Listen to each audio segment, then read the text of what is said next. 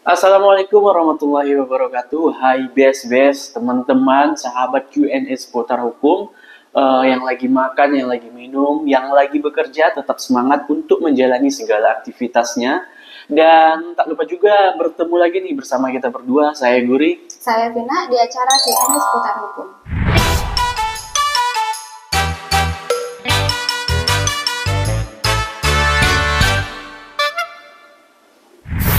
Kali ini kita dapat pertanyaan dari @Maira Rahman.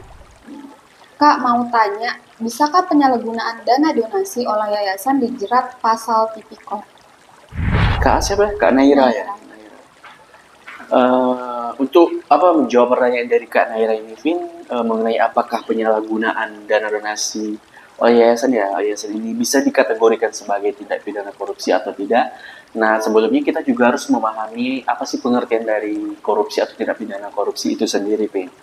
Nah, jadi dalam perspektif yuridis normatif, pengertian korupsi atau tindak pidana korupsi itu mengacu pada Undang-Undang Nomor 31 Tahun 1999, yang mana pada pasal 2 ayat 1-nya Undang-Undang Nomor 1 Tahun 1999 Jungto Keputusan MK Nomor 25 PUU Strip 14 garing 2016.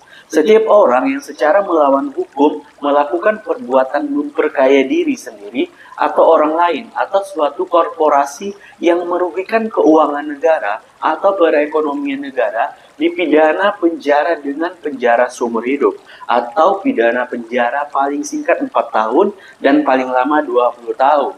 Dan dendanya paling sedikit 200 juta rupiah dan paling banyak 1 miliar rupiah. Nah, pada pasal 3 itu setiap orang dengan tujuan menguntungkan diri sendiri atau orang lain atau suatu korporasi menyalahgunakan kewenangan, kesempatan atau sarana yang ada padanya karena jabatan atau kedudukannya yang merugikan keuangan negara atau perekonomian negara dipidana dengan pidana penjara seumur hidup atau pidana paling singkat 1 tahun dan paling lama 20 tahun.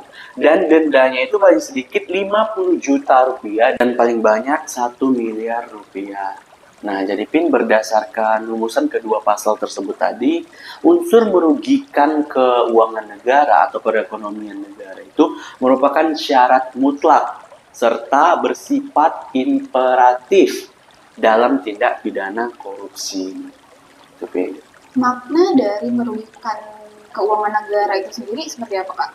Ya, seperti keuangan yang sudah dapat dihitung jumlahnya berdasarkan hasil temuan instansi yang berwenang atau akuntan publik yang ditunjuk.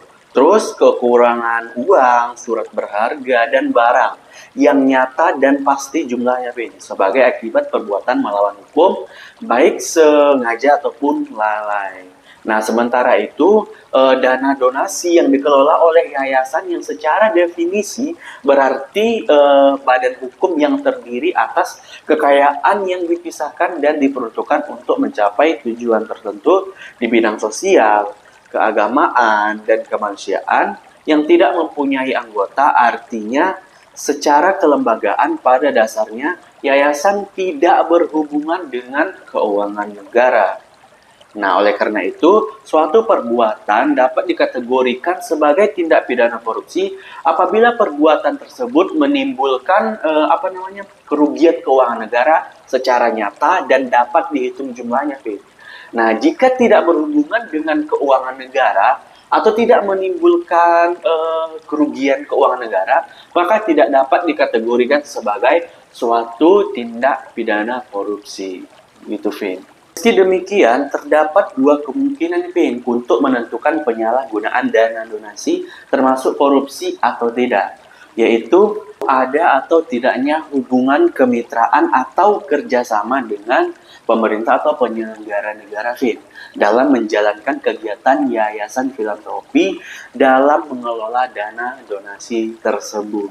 Tapi apabila penyalahgunaan dana donasi oleh pengurus yayasan tersebut tidak berhubungan sama kerugian keuangan negara maka petinggi atau pengurus yayasan tersebut tidak dapat dijerat pasal tindak pidana korupsi atau tipikor, tapi bisa dilaporkan ke kepolisian dengan pasal penggelapan, penggelapan dalam jabatan, penipuan, dan tindak pidana pencucian uang atau TPPU gitu deh. Nah, buat Kak Naira, terima kasih sudah memberikan pertanyaan di kolom komentar kita dan semoga jawaban kami bermanfaat dan bisa dipahami. Dan buat teman-teman atau base-base yang lagi nonton video ini, terima kasih banget.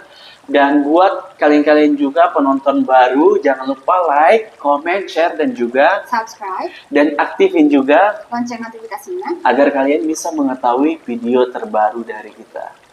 Oke semuanya, sekali lagi kita ucapkan terima kasih.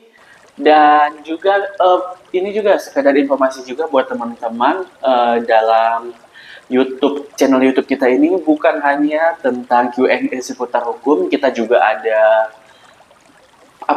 film pendek itu horor, ada ya banyak lah video-video lainnya yang pastinya menarik buat kalian tonton di saat jam makan siang ataupun jam makan malam gitu kali ya. Oke semuanya, terima kasih. Assalamualaikum warahmatullahi wabarakatuh.